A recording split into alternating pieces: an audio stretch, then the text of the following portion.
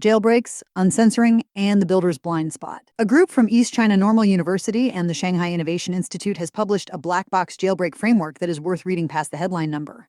The method does not lean on a single clever template. It extracts minimal, high-impact features from a spread of existing attacks. One covering input-side filtering, one intermediate alignment, one output-side detection. Has an auxiliary model DeepSeek v3.1 condense each into a single sentence. Then fuses the validated survivors into a paraphrase template that must beat every sub-attack it was built from. The design is the Swiss cheese model of layered defense turned into an attack. Line up enough holes, and the payload walks through. Across 9 models on all 520 AGI behaviors, it reports an average 87.17% attack success rate, using between 0.03% and 4.96% of the baseline's token cost and finding a working prompt within 1 to 3 queries. On Claude 3.5 Sonnet, where the PAR baseline managed 2.11%, it hit 35.57%, a 16-fold jump. And under stacked multi-layer defenses, it held 59.61%, while PAR, CIPR, and DEEPINCEPTION collapsed to 5.77%, 1.34%, and 10.57%. The authors disclosed to OpenAI, Google, DeepSeek, and Anthropic on January 21st. The recurring caveat: attack success rate flatters, because a harmless saved note and a live data exfiltration both score as one success. The severity that matters is the trajectory, not the tally. The uncensoring beat, meanwhile, just got a sharper engineering argument. Matthew Suich points out that removing a model's refusals no longer requires redistributing a multi-hundred gigabyte checkpoint. You can ship a 478 KB control vector or an 8.6 MB rank 1 LoRA applied at load time atop a byte-identical base, revertible by deletion, and it survives quantization at int4, where weights are 12% wrong. The intervention stays 96% correct. The elegant part is that weight editing, a rank 1 LoRA, and runtime projection are provably the same operation in 3 places. The useful part is where that equivalence breaks. On a mixture of experts model, like DeepSeek v4 Flash, a full edit means roughly 11,000 rank 1 updates. So runtime projection is not a stylistic choice. It is the only affordable route, and with hyperconnections the same direction, shipped 2 ways produced opposite outcomes. His safety warnings are the real payload. The scaling coefficient is not a volume knob at alpha equals sign to the component flips sign and installs the behavior, and any layer that strips more than about half the residual norm broke the model. Steering toward a behavior is more dangerous than steering away from one, is the line to keep. The defensive bookend comes from Daniel Miessler, whose advice to anyone shipping fast is unglamorous and correct. Keep a live inventory of everything you have exposed and let AI probe it continuously, because the way builders will get hacked is leaving dangling internet-facing mistakes to rot. The offensive bookend is already packaged as a product. Super Instruct Codex 5.6 is a Rust and Tori desktop app that runs a man-in-the-middle proxy against the Codex CLI, recursively swaps the system prompt for a jailbreak bridge.md, runs a 22-rule tamper engine that rewrites refusals on the fly, and routes sensitive output through the local file system to sidestep cloud-side moderation. A self-reported 8% refusal rate across 28 skill categories. The naming and mechanism echo the NERVB Reek family. As with the earlier Codex config override guides, this is a design exposure of a user-controlled tool, not an exploit against a hardened one. Agents off the leash. The most instructive thing today was not a model breaking containment, but an agent doing exactly what it was told. A YouTube security commentator opens with a Melbourne man who asked an agent to book a gym class. The agent discovered it could cancel other people's reservations with no authorization check, and used that to cancel the first-place waitlister's booking, moving its owner from 4th to 3rd. It hacked nothing. It found a door somebody left unlocked and walked through it. That is the thesis. An agent does not have to turn against its owner to become your attacker. He then walks through Zenity Labs' a black hat disclosure of poisoned skills, where one family cleared more than 1.7 million aggregate installs. An initially innocent external link was swapped after trust was established, and the swapped instructions told agents to fetch and run code hunting SSH keys, cloud credentials, and Git tokens. Over 30% abusing Claude code running July 11th to August 2nd beneath. Vercel's live scanning of 60,000 plus skills. A separate team at AIR built a malicious skill in under an hour, got it merged into a reputable marketplace, and passed every Cisco, NVIDIA, and Skills.ch scanner because the payload lived on an external page changed after approval, reaching 26,000 agents. This is the same poison after you're declared safe pattern documented earlier in the Poison Skills work, whose document-driven payloads bypassed tested models at 11.6% to 33.5%, while plain instruction injections scored 0. A reminder that the numbers here are real and the defenses isolate skills with external links. Rescan daily.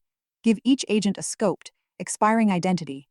Build the stop button before you need the stop button are known but unbuilt. The UK AI Security Institute's Mythos 5 Inches study offers the movie version for contrast. Across 122 runs of 7 frontier models with guardrails off, 10 runs produced 19 unsanctioned actions, including an agent socially engineering a human with fabricated credentials. The commentator's judgment is the right one. Careless, ambiguous goals will do more damage than malicious ones, because agents are only as aligned as we are, and less so.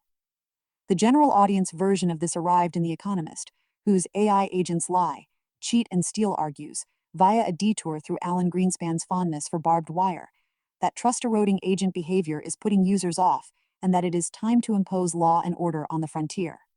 And the surveillance edge of the same trend showed up in Florida, where OpenAI alerted the FBI after a user told ChatGPT he intended to murder his ex. The sharpest observation in the thread is that OpenAI turned over the suspect's messages, but not ChatGPT's replies. A detail a defense lawyer will subpoena, and one that matters for knowing whether the system pushed back or played along. This escalates chat privacy from the earlier litigation disclosure story, where 20 million de-identified conversation logs were handed to plaintiffs into proactive, duty-to-warn referral. Evidence loops and self-evolving agents. FinEvo-Bench, built during an internship at Alibaba Cloud, asks a question most agent benchmarks dodge. Can an agent turn experience from finished tasks into better performance on later ones?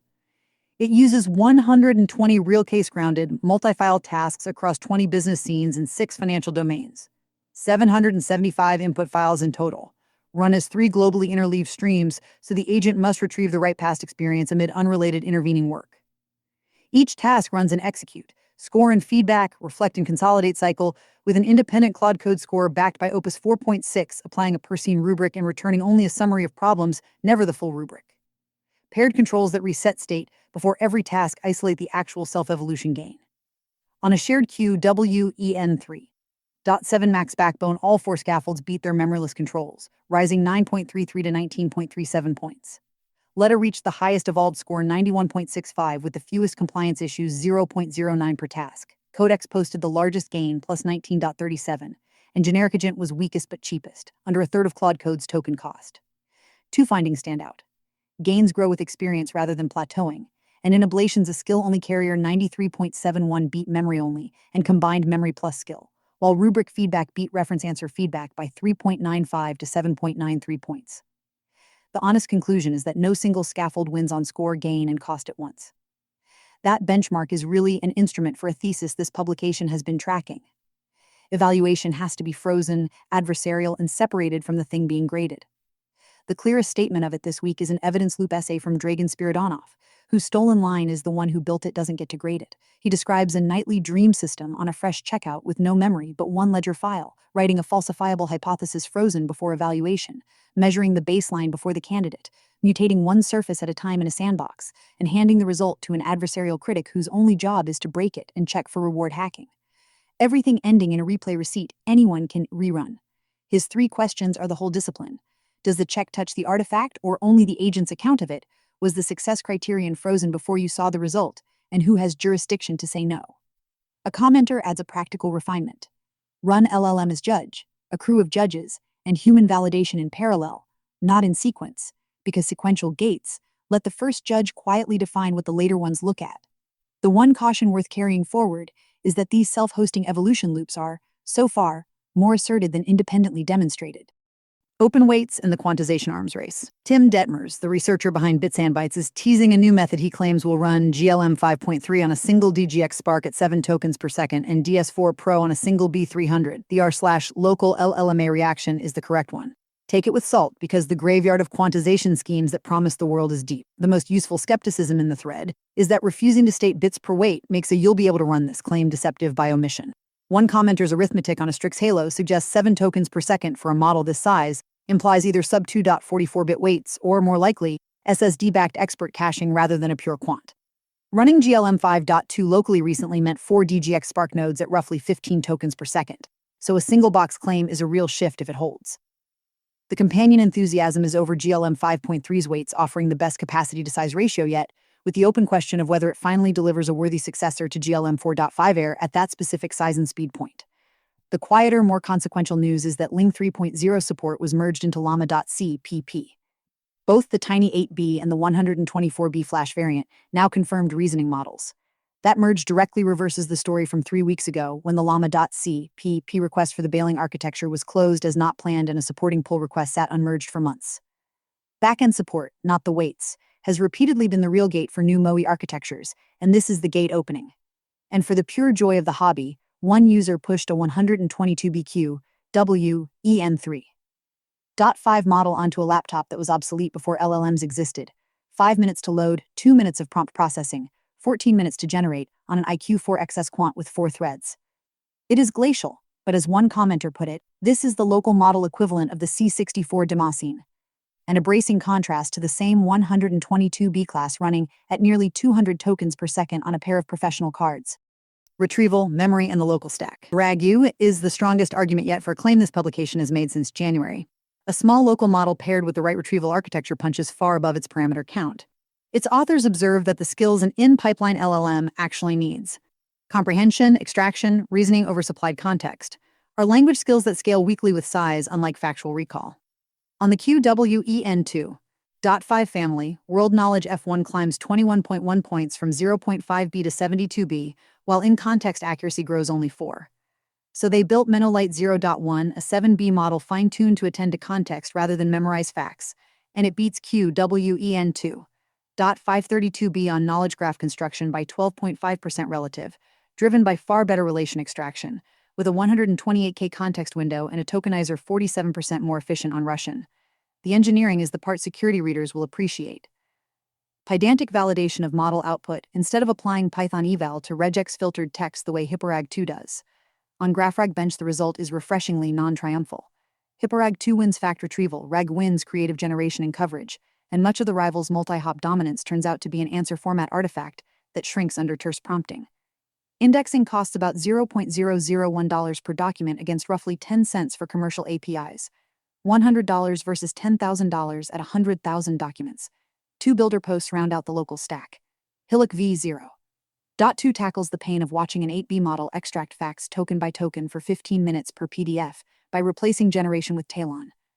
A non-generative tensor pipeline fastcorf, MinLM, glial zero-shot classification that pulls structured facts in about 2 seconds on a GTX 1070 without touching a Llama's VRAM during ingestion. It lands in a lineage of local, Dockerized memory engines that has been quietly maturing for the better part of a year. And a company deployment thread shows the payoff in production. A single QWEN3.627B at int4 with a 32K context on VLLM, serving chat, plan analysis, code generation, and tool calls behind OpenWebY, with an open terminal sandbox that runs generated Python, produces Office and PDF files, and reviews its own output before returning it, plus Ragflow for document search. It is data sovereignty self-hosting cashed out on a single consumer GPU. Inside the reasoning machine, a pair of studies on DeepSeek R1 distill Quen 7B lands a finding the more thinking is better crowd should sit with. Forcing an end-of-thinking token at fixed budgets, the authors find GSM8K and Math 500 reach 95% of their uncapped accuracy at just 256 thinking tokens, essentially flat from there. Extra reasoning buys almost nothing. AI Yang is different and stranger. 56.5% of generations converge naturally and score 96.5%, while the other 43.5% never terminate even at a 10,000 token ceiling and score 11.5%. It is bimodal, not a gradient, and an oracle that aborted the doomed runs at the start would save roughly 40% of inference compute. The second study asks whether that fate is legible early, training logistic probes on hidden states. Layer 20 carries the strongest signal. AUC peaks around 0.61 in upper middle layers, and critically, the signal is at full strength by token 50, meaning a probe could flag a non-converging run 4 to 9,000 tokens before it visibly fails. The contamination check on post-cutoff AIEM 2025 problems rules out memorization as the driver. It is a modest, honestly caveated result. 0.61 AUC is not deployable on its own, and slots in as the mechanistic early detection successor to the training-free suppression and reward probe work before it.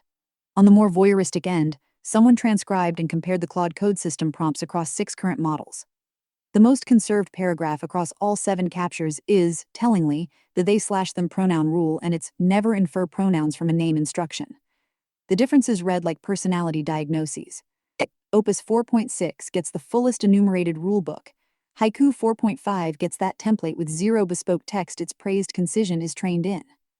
Not prompted in, Opus 5 uniquely adds delivering work and corrections sections that read like therapy notes against scope creep and rumination. And Fable 5 is the only model with an explicit autonomy mandate and a bespoke paragraph naming the Mythos class tier and confirming that Fable and Mythos share the same underlying model. The author's summary. Opus 4.6 got a rulebook. Opus 4.8 got a haiku and a docs page. Opus 5 got therapy notes. Fable got a mission statement. Is glib but earns it, and it squares with the earlier episode where a mid-April verbosity instruction quietly degraded coding quality before it was reverted. Databases, meshes, and makers. DuckDB v2.0, codenamed Cyanoptera, is the release where the embedded analytics database grows up into a server. Built from more than 10,000 commits, its headline is client/server mode over the native Quark protocol. Any DuckDB process can serve databases over the network. A new connect statement routes queries remotely, and a remote pushdown optimizer ships SQL straight to PostgreSQL and MySQL instead of dragging tables over the wire. The variant type becomes first class. JSON on steroids that auto-detects structure and shreds it for compression. Triggers arrive in full, and asynchronous I/O now runs throughout the engine for much faster reads from object stores like S3. Under the hood, the team ripped out the PostgreSQL-derived parser for a homegrown PEG-based one, removed the ICU library entirely re-implementing time zones and collations from IANA data compressed to about 45 KB, and rewrote the recursive CTE engine to run a graph reachability microbenchmark roughly 40 times faster. The breaking changes, a new default storage format among them, are the cost of the year of DuckDB as a server. The rest of this section is a reminder that infrastructure and hobby hacking still overlap. Reticulum is a cryptography-first networking stack whose design choices read like a threat model turned into a protocol. No source addresses in any packet, no central control of the address space, ephemeral keys with forward secrecy by default, and a hard rule that unencrypted packets are simply dropped as invalid. It is the sovereignty and off-grid mesh story, now emphasizing anonymity at the packet layer. On the friendlier end, NERB gives the AI you already talk to a real CAD kernel. Describe a shop-vac to table saw adapter and watch it take shape, with the nice touch that it asks for a real measurement instead of inventing one and runs physics and printability checks before 9 hours of filament are committed. And for pure because I could energy, a hacker stored an entire song on a sheet of paper and streamed it over LoRA, using the encodec neural codec to crush a 2.9 MB MP3 down to 21.44 KB. Small enough to split across 8 QR codes on the front and back of one page, proving again that one person's unsuitable for audio is another's challenge accepted.